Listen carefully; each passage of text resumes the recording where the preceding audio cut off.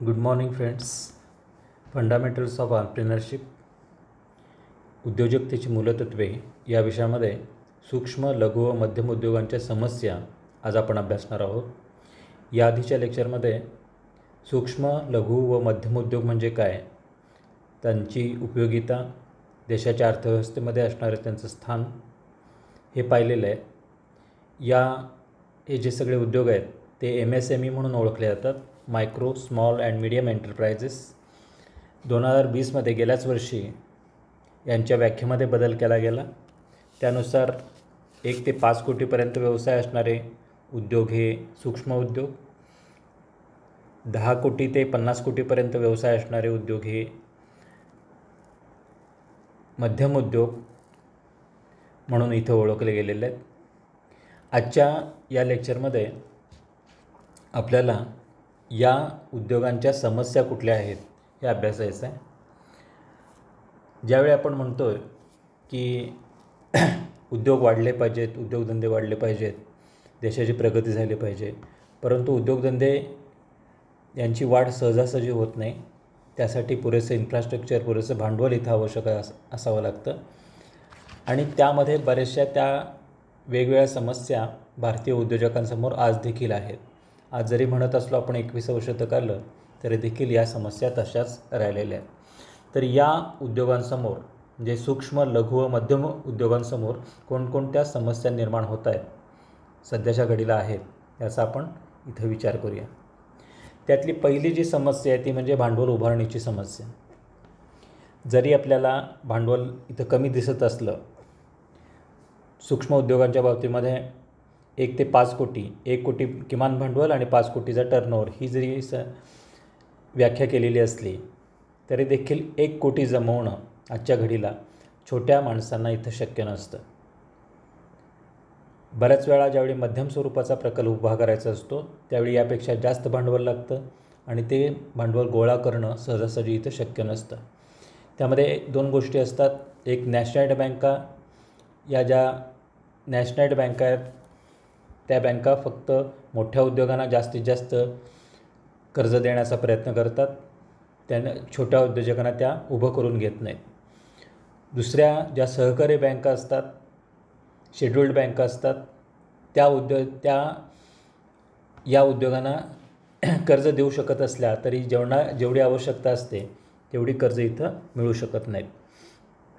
कर्ज मिळत असताना किंवा कर्ज मिळवायचे असतील तर त्यासाठी जे आवश्यक असणारं इन्फ्रास्ट्रक्चर आहे, त्यासाठी कोलॅटरल पॉलिसी जी आहेत, म्हणजे मालमत्ता जी आवश्यक असते ती तारण द्यायची मालमत्ता या उद्योजकांकडं नसते. म्हणजे एखादी कन्सेप्ट जरी सुचली तरी देखील त्या कन्सेप्टला भांडवल मिळणं इथं ही आज देखील समस्या आहे. या संदर्भात सरकारनं मुद्रा योजना सुरू केली. गेल्या 4 वर्षामध्ये या मुद्रा योजनेअंतर्गत अनेक प्रकारची कर्ज छोट्या उद्योजकांना इथं दिली गेली. त्यामुळं काही प्रमाणामध्ये ही समस्या इथं सुटलेली दिसून येते. ही समस्या सगळ्यात मोठी समस्या या उद्योजकांसमोर असते. त्यानंतरचा दुसरा जो घटक आहे तो म्हणजे बहुराष्ट्रीय कंपन्यांची स्पर्धा. आज आपण बघितलं भारतामध्ये तर बहुराष्ट्रीय कंपन्यांनी संपूर्ण भारत इथं व्यापलेला आहे. अगदी छोट्या छोट्या उत्पादनामध्ये देखील बहुराष्ट्रीय कंपन्या इथं उतरलेल्या असतात. त्यामुळे त्यांच्याशी स्पर्धा करणं आणि माल इथं खपवणं हे फार मोठी गोष्ट इथं बनलेली आहे. तर शेजारच्या चित्रामध्ये आपल्याला दिसेल की बहुराष्ट्रीय कंपन्या कुठल्या कुठल्या आहेत. हे सगळा चार्ट इथं जे फोटो दिसतो आहे आपल्याला, त्या सगळ्या कंपन्या या बहुराष्ट्रीय कंपन्या आहेत आणि यांच्याशी स्पर्धा करणं कुठल्याही छोट्या उद्योगांना इथं शक्य होत नाही. त्यामुळं उद्योग जरी सुरू केला जात असला तरी तो स्थानिक स्वरूपामध्ये राहतो. स्थानिक स्वरूपामध्ये मोठा प्रचार करावा लागतो, जाहिरात करावी लागते, तरच तुमचा एखादा ब्रँड इथं तयार होतो. कारण या प्रस्थापित ब्रँडशी टक्कर घेणं हे कुठल्याही उद्योजकाला, छोट्या उद्योजकाला, सूक्ष्म उद्योजकाला शक्य नसतं. याचं एक छोटं आपण उदाहरण घेतलं. गणपतीच्या वेळी आपण लाईटच्या माळा तयार करतो. 5-10 वर्षापूर्वी या माळा इथल्या उद्योजकाकडून तयार केल्या जात. साधारणपणे 100-200 रुपयाला ती एक लाईटची माळ मिळत असते. तीच माळा चायनीज उद्योजक 30 रुपयात 20 रुपयापासून देतात आणि ती टिकणारी असते, बऱ्यापैकी टिकणारी असते. तर या उद्योजकांशी, या कंपन्यांशी कुठलंही उद्योजक, स्थानिक उद्योजक इथे स्पर्धा करू शकत नाही. त्यामुळे हे जे डम्पिंग असतं, म्हणजे माल एखाद्या बाजारपेठेमध्ये ओतण्याची प्रवृत्ती असते, ती जोपर्यंत कमी होत नाही तोपर्यंत छोट्या उद्योजकांना इथं स्पर्धा करता येत नाही. त्यामुळं जरी छोटे उद्योजक हे छोटे असतात, सूक्ष्म उद्योजक हे अगदी छोटे असतात, त्यांना लोकल मार्केटमध्येच माल विकावा लागतो. परंतु ब्रँड जर चांगला करायचा असेल तर जी काही इन्फ्रास्ट्रक्चर, जी काही पैशाची पॉवर लागते ती या उद्योजकांकडे नसते. आणि ह्या बहुतेक सगळ्या कंपन्या या मल्टीनॅशनल कंपन्या असतात, बहुराष्ट्रीय कंपन्या असतात, त्यांच्याशी स्पर्धा करणं या उद्योजकांना शक्य होत नाही. त्यानंतर तिसरा जो घटक आहे तो म्हणजे पायाभूत सुविधांची कमतरता. आपल्याकडे MIDC आहे, पायाभूत सुविधा पुरवल्या जातात असं म्हटलं जातं, परंतु बऱ्याच वेळा या पायाभूत सुविधांकडे हेळसांड केली जाते आणि या सुविधा निर्माण केल्या जात नाहीत. आता पंचगंगेच्या प्रदूषणाचा प्रश्न आपल्याला दिसतो आहे. बऱ्याच वेळा पंचगंगा प्रदूषणाला या ठिकाणी हे उद्योजक कारणीभूत असतात, परंतु त्यासाठी एक इन्फ्रास्ट्रक्चर तयार करावं, त्याचा वापर करून प्रदूषण कमी करावं असं सरकारच्या पण मनात येत नाही, उद्योजकांच्या पण मनात येत नाही. आणि चांगलं इन्फ्रास्ट्रक्चर, चांगल्या पायाभूत सुविधा नसल्यामुळं एखादा उद्योग सुरू करायला फार मोठ्या अडचणी निर्माण होत असतात. बऱ्याच ठिकाणी जरी MIDC असली तरी देखील सुविधा ह्या कमी पडत आहेत, पुरेशा सुविधा इथं मिळत नाहीत. त्यामुळं उद्योग सुरू करणं, त्यानंतर उत्पादन करणं, ते उत्पादन विकणं ही फार मोठी जोखमीची गोष्ट इथं बनलेली आहे. आणखीन एक घटक आहे कुशल मनुष्यबळाची समस्या. आपल्याकडं मनुष्यबळ आहे, भरपूर मनुष्यबळ उपलब्ध आहे, परंतु ते कुशल नाही आहे. स्किल्ड लेबर ज्याला म्हटलं जातं, स्किल्ड लेबर नाही आहे. स्किल्ड लेबरमध्ये तुम्हाला त्या तंत्रज्ञानाची ओळख असावी लागते, त्या व्यक्तीला सुशिक्षित असावं लागतो, तंत्रज्ञान वापरता यावं लागतं. तसं असेल तरच त्या ठिकाणी तुम्हाला काम मिळू शकतं. असं जे कुशल मनुष्यबळ आहे ते या क्षेत्रामध्ये उपलब्ध नाही आहे. छोट्या उद्योजकांना हे आवश्यक असतं, परंतु ते इथं उपलब्ध नसतं. कोल्हापूरचा जर तुम्ही जे विचार केला ते तुम्हाला फाउंड्रीमध्ये तुम्हाला काम करायला माणसं मिळतील, म्हणजे लेबर जर पाहिजे असेल तर लेबर प्रचंड प्रमाणामध्ये मिळू शकेल. परंतु एखादा या ठिकाणी मशीन मोठं चालवायचं असेल, VMC किंवा CNC मशीन चालवायचं असेल तर तुम्हाला लेबरर किंवा ते कामगार मिळू शकत नाहीत. म्हणजे तुम्हाला आवश्यक असणारे कामगार इथे मिळू शकत नाहीत. भरती होणारे कामगार इथं बरेच असतात. आता ह्या चित्रामध्ये दिसतंय बघा आपल्याला, जे मजूर सगळे बसलेले आहेत ते बहुसंख्य मजूर हे अकुशल स्वरूपाचे असतात, छोटं काम करणारे असतात. पण ज्याला स्किल्ड लेबर पाहिजे आहे ते इथं फार कमी प्रमाणामध्ये असतात. आणखीन एक समस्या म्हणजे कच्च्या मालाची समस्या. जो कच्चा माल उद्योजकांना आवश्यक असतो तो पाहिजे त्या दरामध्ये, कमी दरामध्ये मिळू शकत नाही, किंवा त्याचा पुरवठा जो आहे तो स्थिरपणे इथं होऊ शकत नाही. कारण बहुसंख्य कच्चा माल जो आवश्यक असतो तो त्या ठिकाणी मोठ्या कंपन्यांमार्फत उचलला जातो, मोठ्या प्रमाणामध्ये उचलला जातो. परंतु छोट्या प्रमाणामध्ये आवश्यक असेल तर त्या ठिकाणी त्याचा रेट इथं वेगळा असतो, त्याला जास्त पैसे मोजावे लागतात. त्यामुळं कच्च्या मालाचा पुरवठा हा देखील एक वेगळा प्रश्न या उद्योजकांसमोर निर्माण होतो. त्यानंतर एक महत्त्वाचा घटक आहे म्हणजे आजचं तंत्रज्ञान. आत्ताच्या काळामध्ये जे तंत्रज्ञान आहे, तंत्रज्ञानाच्या बदलाचा वेग हा प्रचंड आहे. अक्षरशः 1-2 महिन्यामध्ये तंत्रज्ञान जुनं होतं, नवीन तंत्रज्ञान येतं. त्यामुळं तंत्रज्ञान कुठून आणायचं हा सगळ्यात मोठा प्रश्न या छोट्या सूक्ष्म उद्योजकांकडे असतो. आता या ठिकाणी बघतोय बघा आपण, या चित्रामध्ये दिसतंय एक अगरबत्ती इथं तयार करणारी व्यक्ती आहे. जुन्याच पद्धतीनं ती व्यक्ती अगरबत्ती तयार करते. त्यामध्ये जे आवश्यक तंत्रज्ञान आहे ते इथं उपलब्ध होऊ शकत नाही, त्यासाठी असणारे मशीन्स इथे मिळू शकत नाहीत. कारण या सगळ्या मशीन्सची निर्मिती ही बहुराष्ट्रीय कंपन्यांमार्फत परदेशामध्ये होत असते. भारतामध्ये मोठ्या कंपन्या ही मशिनरी आणू शकतात, परंतु छोट्या उद्योजकांना तशा पद्धतीचा करार करणं, तशा पद्धतीची मशिनरी आणणं हे सहजासहजी शक्य नसतं. त्यामुळं जुन्याच कालबाह्य तंत्रज्ञानावर अवलंबून राहत असतात हे उद्योजक आणि त्यामुळं मार्केटमध्ये त्याचा फारसा प्रचार आपल्या मालाचा इथं करू शकत नाहीत. विपणनाच्या बाबतीमध्ये देखील ते कमी पडत असतात.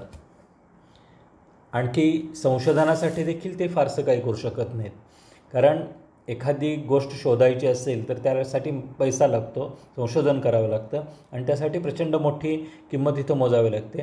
ते तंत्रज्ञान, ती माहिती या छोट्या उद्योजकांकडे नसते. त्यामुळं आहे त्या जुन्या तंत्रज्ञानाचा वापर केला जातो आणि उद्योग कसाबसा चालवला जातो. त्यानंतरचा महत्त्वाचा घटक म्हणजे विपणन कौशल्यांचा अभाव. विपणन कौशल्य नसतं.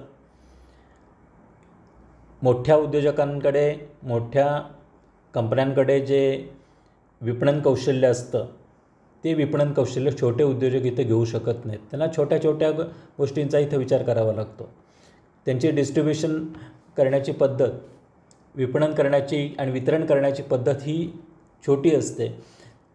एखादा छोटा उद्योजक समजा त्याचा व्यवसाय 5 कोटीपर्यंत आहे आणि त्याला त्या ठिकाणी त्याच्या मालाची विक्री करायची आहे, तर त्यासाठी आवश्यक असणारे एजंट्स नेमणं, त्या ठिकाणी डिस्ट्रीब्युशन चॅनल तयार करणं हे त्याला आर्थिकदृष्ट्या परवडणारं नसतं. मग होतं काय, हे ज्या मोठ्या कंपन्या असतात किंवा मोठे उद्योजक असतात तेच उद्योजक त्या ठिकाणी माल खरेदी करतात. त्यांचा अगदी कमी दरानं इथं खरेदी केली जाते आणि विकताना मात्र त्यामध्ये जास्त नफा घेतला जातो. याचं जर एक उदाहरणच बघायचं झालं तर आपण मॉलमध्ये गेलो की एखादी वस्तू खरेदी करतो. मँगो पल्प समजा खरेदी करायचं आहे, तर मॉलमध्ये गेल्यानंतर मँगो पल्प आपण 200 रुपयाला खरेदी करतो. 1 किलोचं पॅक असतं, 200 रुपयाला मँगो पल्प खरेदी करतो. परंतु हाच पल्प हे मॉल्सचे उद्योजक, मोठे उद्योजक छोट्या उद्योजकांकडून गोळा करतात, त्याला स्वतःचा ब्रँड देतात आणि तो साधारणपणे 80 ते 90 रुपये किलो, याच्यापेक्षा देखील कमी दरामध्ये हा माल खरेदी केला जातो आणि त्याची विक्री डबल रेटनं, दुप्पट दरानं इथं केली जाते. त्यामुळे विपणन कौशल्य छोट्या उद्योजकांकडे नसतं. चांगले ब्रँड्स नसतात, ब्रँड ते निर्माण करू शकत नाही, वितरण साखळी निर्माण करू शकत नाहीत. त्यामुळं त्या ठिकाणी ह्या उद्योजकांचा फारसा विकास होऊ शकत नाही आहे. त्यानंतर आणखीन एक घटक आहे, तो म्हणजे कामगार कायदे. बरेचसे कामगार कायदे भारतामध्ये असलेले हे जुने आहेत. साधारणपणे 1819व्या शतकामध्ये झालेले कायदे, म्हणजे ज्याला 60 70 वर्ष झाली, त्या कायद्यामध्ये काही बदल इथं केला गेला नाही. जसेच तसे कायदे इथं आहेत. म्हणजे 20 कामगार असले पाहिजेत, 40 कामगार असले पाहिजेत, असं केलं पाहिजे, अशा वेगवेगळ्या प्रकारचे कायदे असतात. त्याच्यामध्ये कामगारांसाठीचे कायदे, रजिस्ट्रेशन संबंधीचे कायदे, त्यानंतर दुकान केव्हा उघडावं, केव्हा बंद करावं, उद्योग केव्हा सुट्टी घ्यावी यासंबंधीचे असणारे कायदे, कामगारांनी काम किती करावं यासंबंधीचे कायदे, हे सगळे वेगवेगळे असतात. त्यामुळे उद्योजक स्वतःच्या मनाप्रमाणे काहीही करू शकत नाही. या कायद्यांचा त्याला अवलंब करावा लागतो, कायदे विचारात घ्यावे लागतात आणि त्यानुसारच त्याला वागावं लागतं. आता आपण बघतोय चायनामध्ये असा कुठलाही कायदे नसतात. कामगार कायदे त्यांचे अत्यंत ठिसूळ स्वरूपाचे आहेत. फारसे त्यांना कामगारांना अधिकार मिळत नाहीत. तिथले कामगार 12-12 तास काम करतात. आपल्याला मात्र कामगारांना 8 तासाची पाळी ड्युटी द्यावी लागते. त्यात देखील विश्रांती देणं, हे देणं, या सगळ्या गोष्टी समाविष्ट असतात. त्यामुळे हे सगळं सांभाळून जर एखादा उद्योग करायचा असेल तर त्या ठिकाणी सहजासहजी तो उद्योग इथं होऊ शकत नाही, निर्माण होऊ शकत नाही. आणखीन एक महत्त्वाची गोष्ट आहे या उद्योजकांसमोर असणारी, ते म्हणजे बोगस कंपन्या, बोगस फर्म स्थापन करणं आणि त्यातून पैसा मिळवणं, अशी एक साखळी असते, साखळी निर्माण झालेली आहे. हे ज्या योजना जाहीर केल्या जातात, समजा मुद्रा योजना असेल, मिनिमम त्या ठिकाणी 1 कोटी भांडवल आणि 5 कोटीचा टर्नओव्हर, 10 कोटी भांडवल, 50 कोटीचा टर्नओव्हर, आणखी 20 कोटी भांडवल, मध्यम उद्योगाच्या बाबतीमध्ये 20 कोटी भांडवल आणि 100 कोटीचा टर्नओव्हर, अशी या ठिकाणी निश्चित केलेलं आहे. परंतु बँकेकडून लोन घेण्याच्या उद्देशानं आणि बुडवण्याच्या उद्देशानं बरीचशी अशी कर्ज घेतली जातात आणि त्यानंतर कंपन्या स्थापन केल्या जातात, प्रायव्हेट लिमिटेड कंपन्या स्थापन केल्या जातात आणि नंतर त्या बुडवल्या जातात. ही एक सर्रास चालणारी प्रक्रिया इथं बनलेली आहे भारतामध्ये. बोगस कंपन्यांचा सुळसुळाट प्रचंड झालेला आहे. त्यामुळं कुठल्याही बँका एखाद्या प्रामाणिक उद्योजकाला कर्ज द्यायचं असेल तरी देखील त्या सहजासहजी देत नाही आहेत. एकतर राजकीय पाठबळ असेल किंवा आर्थिक पाठबळ असेल, त्या बँक मॅनेजर्सना आणि व्यवस्थापकांना गुंडाळण्याची जर खात्री असेल तरच त्या ठिकाणी ही कर्ज मिळू शकतं, अन्यथा तुम्ही कर्ज इथे मिळवू शकत नाही. हा एक मोठा प्रश्न इथे निर्माण झालेला आहे. बोगस कंपन्या आणि बोगस उद्योजक इथे निर्माण झालेले आहेत. कर्ज घेणं, सबसिडी घेणं, सबसिडी मिळवणं, थोडंफार प्रोडक्शन दाखवणं आणि नंतर तो उद्योग गुंडाळून ते पैसे खिशात घालणं, अशी प्रवृत्ती इथं निर्माण झालेली आहे. तर ह्या सगळ्या समस्या आजच्या MSME समोर, सूक्ष्म मध्यम लघु उद्योगांसमोर इथं निर्माण झालेल्या आहेत. आता याच्यावर काय उपाय योजता येतील, आणखी नवीन कुठल्या कुठल्या योजना या उद्योजकांसाठी आहेत, ह्याचा आपण विचार पुढच्या लेक्चर्समध्ये करूया. थँक्यू.